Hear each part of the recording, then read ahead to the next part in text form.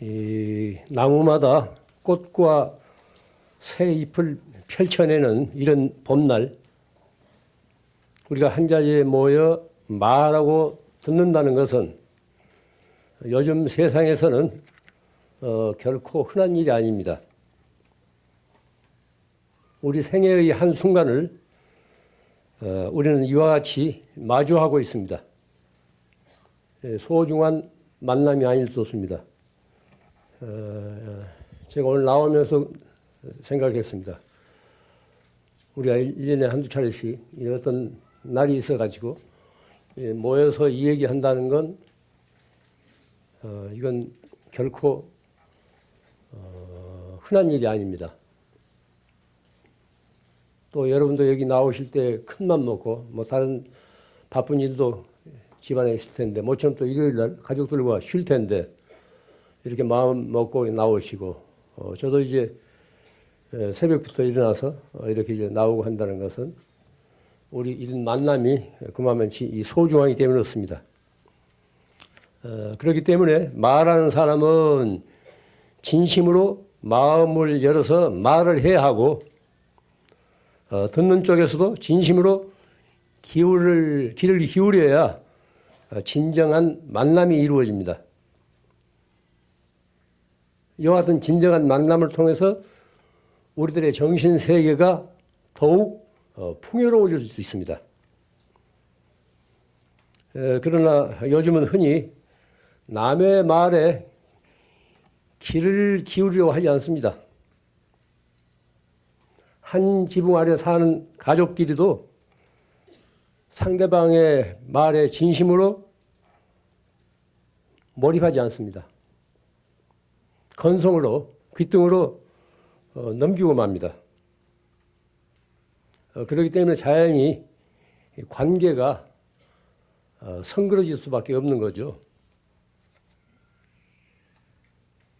서로가 영혼의 메아리를 전할 수가 없기 때문에 그렇습니다.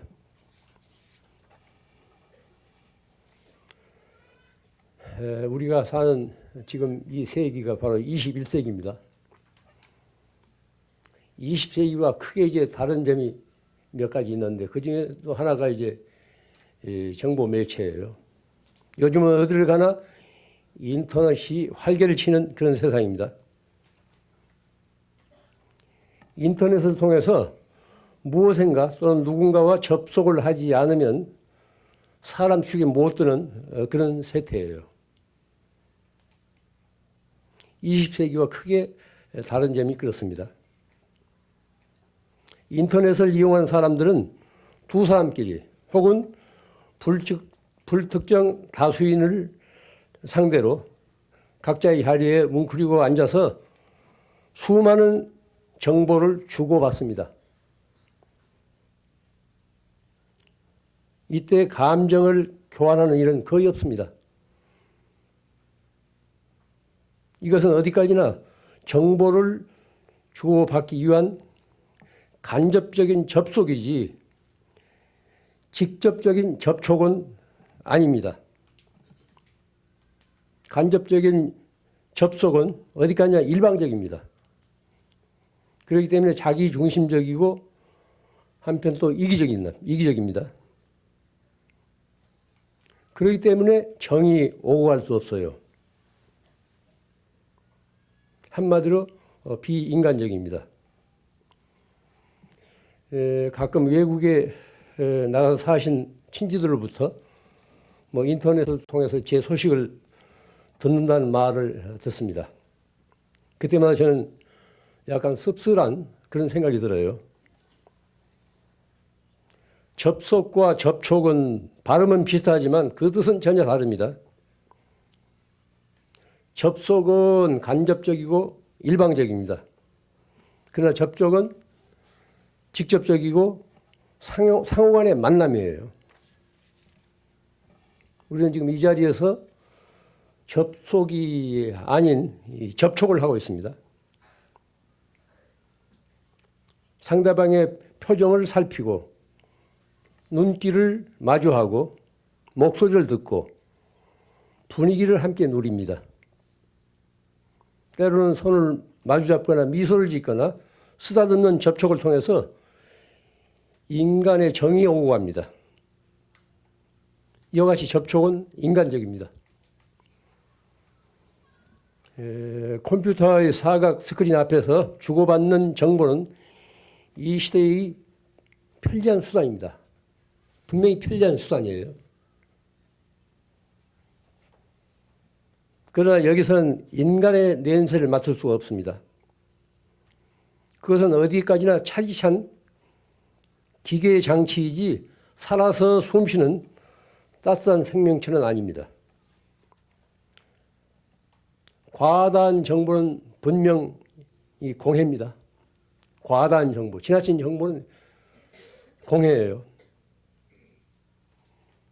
왜냐하면 정보가 사람의 자리를 빼앗기 때문에 그렇습니다. 그래서 데이터 스모그란 말이 있지 않습니까? 데이터 스모그.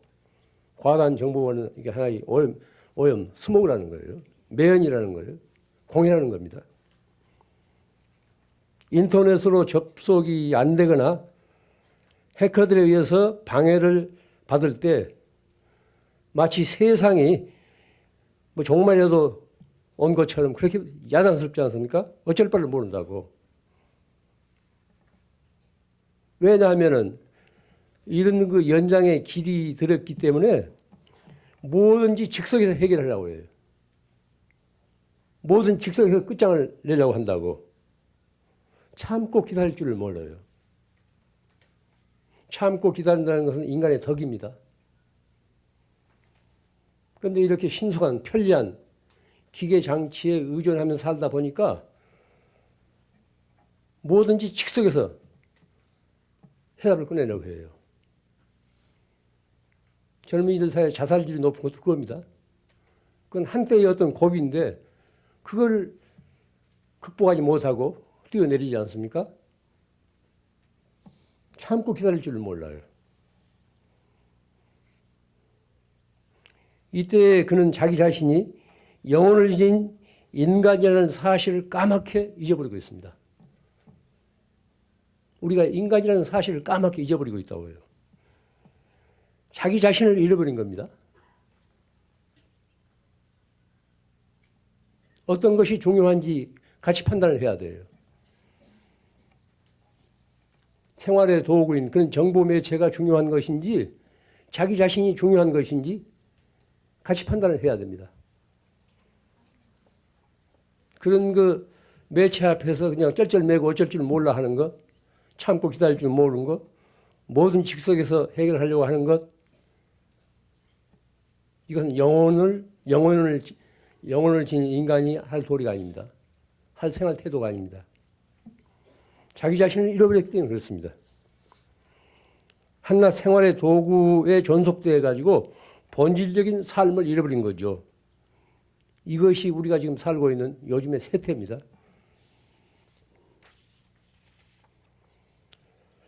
사람답게 살려면은 안으로 기울일 줄 알아야 돼요. 바깥 현상에만 팔리지 말고 자기 내면의 소리를 들을 줄 알아야 합니다.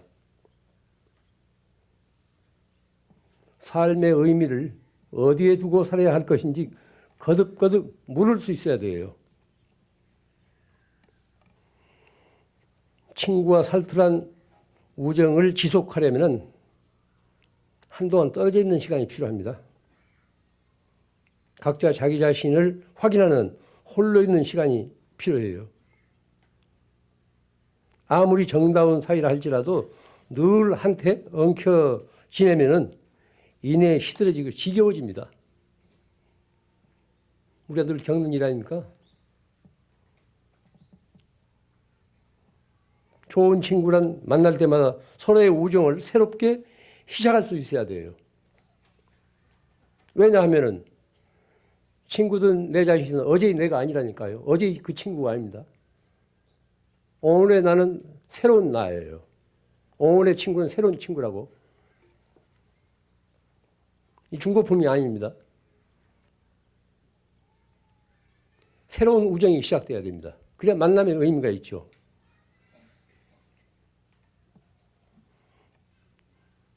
우리에게는 그립고 아쉬운 삶의 여백이 필요해요.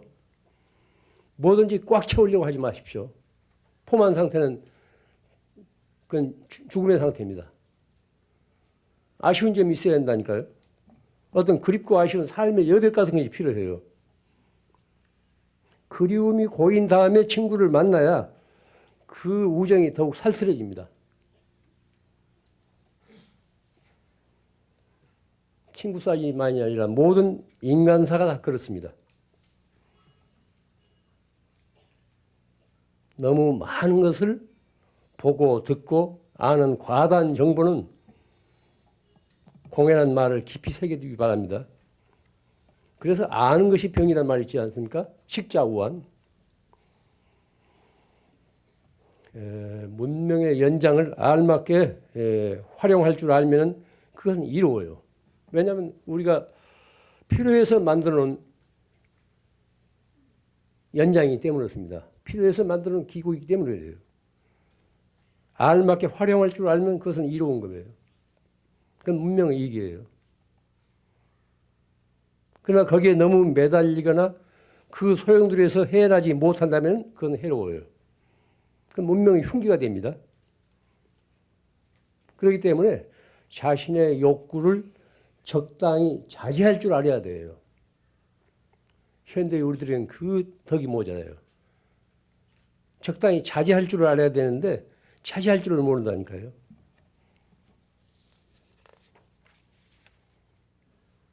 모두가 눈에 햇살에 들켜가지고 접시가 아주 넘치도록 입이 미어지도록 먹어대요. 저도 가끔 어쩌다 사람 만나서 뷔페 드물게 가는 수가 있는데 그래서 많은 걸 배워요. 관찰해요. 너무들 먹어야 된다고. 완전히 몇 년 굶는 사람들처럼 너무들 이거 어떻게 소화시킵니까? 요즘은 쓸 수도 없는 그냥 비료만 만들어내는 거지. 예? 요새 뭐 흘려버리는 것은 비료도 안 됩니다. 그러니까 비료 공장 역할을 하느라고 그렇게 많이 먹어야 되는 거예요.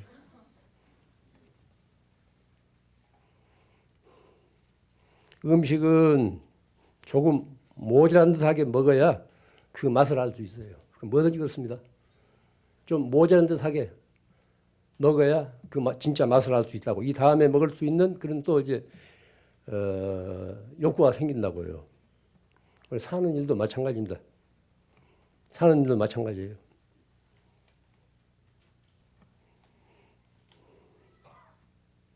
덤치는 것은 모자란만 못한다는 말 명심하기 바랍니다. 언젠가 이제 들으니까 아프리카인지 어딘지 어떤 미개한 나라에서는 그 나라의 왕과 왕비가 엉터리 점성가의 말을 듣고 어느 날 얼굴 한쪽을 성형 수술을 해요. 그래야 하는 일이 잘 풀리고 남의 입살에 덜 오를 거라는 그런 소리를 듣고 이제 수술을 해요. 왕과 왕비가 성형 수술을 했다는 소식이 전해지자 나라 안의 백성들은 너도나도 앞을 다투어서 성형외과를 찾아갑니다. 그 말짱한 얼굴을 째고 꼬매고 성형외과마다 휴가치인데도 문을 닫을 수 없도록 그렇게 상황을 이루어요. 몇 사람은 부작용으로 얼굴이 퉁퉁 부어가지고 우리나라 뉴스에도 나온 그런 형편 아닙니까? 얼굴이란 무엇입니까? 그 사람의 업의 모습이에요. 업의 꼴이라고. 그 사람이 어떻게 살았는가 하는 것을 그 얼굴로 드러낸 겁니다. 하나의 그 인생의 이력서예요. 예뻐지려면 비싼 돈 들어가면서 째고 꼬매기 게 아니라 먼저 예쁜 짓을 해야 돼요. 또 얼굴에 무슨 표준형이 있습니까? 아는 사람이 무슨 표준형이 있어요. 저마다 자기 얼굴을 가지고 있다고. 자기 얼굴을 가지고 살면 돼요. 누구와 비교합니까? 이제 우리가 뒤늦게 무슨 탤런트가 될 거예요. 배우가 될 거예요. 그 사람이 덕스럽게 살면 덕스러운 얼굴이 돼요. 착하게 살면 착한 얼굴이 된다고. 예쁜 짓을 하면은 그것이 이제 축적되면 예쁘게 겉으로 드러난다니까요. 이 모방 범죄라는 말이 있습니다. 모방 범죄. 어떤 유행의 범죄가 발생하면은 이와 그와 같은 그 모방해가지고 꼭 그와 같이 재현하는 일이 뭐 흔하다고. 소속들 이제 이 무슨 그 아파트 어수룩한 아파트 이제 가스모도 배관 타고 올라가기 시작하니까 계속해서 그런 일이 있잖아요.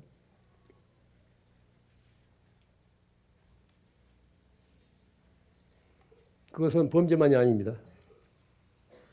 자살도 그래. 꼭 모방을 한다니까요. 우리가 순간순간 보고 듣고 말하고 생각하는 그것이 우리들 의식에 필름처럼 찍혀요. 우리가 어린 시절에 저질렀던 일 같은 거, 좋은 일이건 언짢은 거, 불쑥불쑥 어느 때가 그게 다시 떠오른다고요. 까맣게 잊어버렸던 일들이 갑자기 떠오르는 수가 있어요. 그러니까 우리가 일단 경험한 일들은 필름에 내장되는 거예요. 잠재의식을 이룹니다. 이 잠재의식이 어떤 상황을 만나면은 지금까지 보고 듣고 말하고 생각한 그대로 현실적으로 재현을 해요. 이게 업의 파장, 카르마의 파장이에요. 불교의 심리학이라고 할 수 있는 유식론에서는 이를 아주 소상히 밝히고 있습니다. 인간의 마음의 구조를 크게 4가지로 나누어요. 우리가 눈으로 보고 귀로 듣고 코로 냄새 맡고 혀로 맛보고 몸으로 감촉하는 것. 이것을 전오식이라고 그래요. 이건 감수작용입니다. 감수작용. 이걸 전오식. 그 다음에 제6식. 이건 의식하는 거예요. 이 분별작용이에요. 가령 교차로에서 빨간 신호등을 보고도 무심히 지나가는 수가 있다고. 눈은 번이 떠 있는데 딴 생각을 하기 때문에 그러니까 눈이 분별작용을 하지 않습니다. 제6의식. 의식이 분별작용을 해요. 눈은 뻔히 떠 있는데 또 어디에 집중하면 무슨 소리를 하더라도 듣지 못해요. 그 다음에 제7식, 말라식이라고 하는데 이것은 자기를 지키려는 본분이에요. 자아의식이라고 그럽니다. 뭐 서양 사람들이 이걸 에고라고 그래요. 에고라고. 제7식. 자기를 지키는 이 본능이에요. 제8식, 이걸 아리아식, 이것을 이제 장식, 갈무리할 장자, 장식 혹은 종자식, 씨앗, 종자식이라고 합니다. 이것은 생명 활동의 어떤 근원이 돼요. 예를 들자면은 어떤 사람이 이제 뭐 카드빚에 쪼들렸든지 무슨 복잡한 일 때문에 자살을 하려고 낭떠러지에 서 있어요. 낭떠러지에 서 있는데 갑자기 뒤에서 굴러온다고. 돌이 큰 바위가 굴러오기 때문에 본능적으로 피해요. 죽으러 간 사람이 돌에 맞아 죽건 물에 떨어 죽건 똑같을 텐데 왜 본능적으로 피하냐 이거예요. 이건 제7식. 자기를 지키는 그런 본능. 이 자아의식이 작용해서 그런다는 거예요. 인간 생활의 근원이라는 게 종자식. 그러니까 우리가 일단 경험한 것, 보고 듣고 말하고 생각하는 것은 일단 내장됩니다. 필름에 찍힌다고. 이걸 종자식이라고 해요. 종자식. 이 씨앗이 되는 거예요. 그런데 그 씨앗이 다음 행동을 일으킬 수 있는 하나의 요인이라고 해요. 이게 제8식입니다. 종자식, 제8식이에요. 다음 행동을 유발할 수 있는 그런 그 원인체입니다. 이 제8식 씨앗이. 우리 지금까지 보고 듣고 말하고 생각했던 것이 내장된 그것이 그래요. 이 씨앗이 어떤 상황에 이르면은 현실적으로 싹이 트고 움이 트고 활짝 열린다고 해요.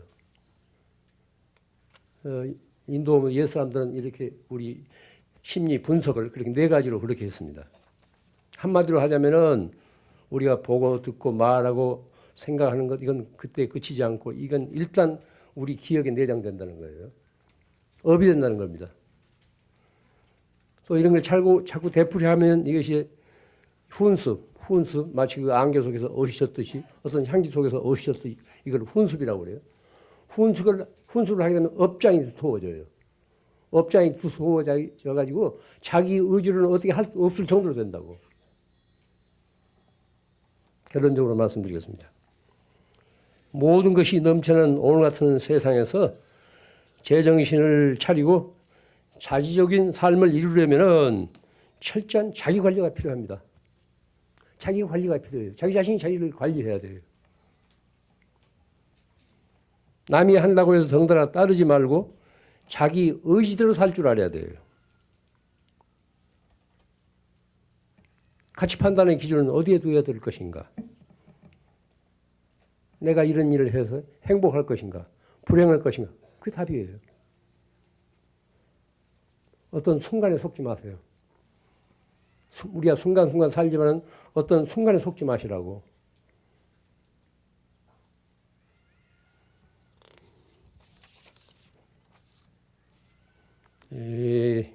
우리는 이 풍진 세상을 살면서 너무나 많은 것을 보고 너무나 많은 소리를 듣고 되는 소리 안 되는 소리 말을 너무 많이 쏟아놓고 삽니다.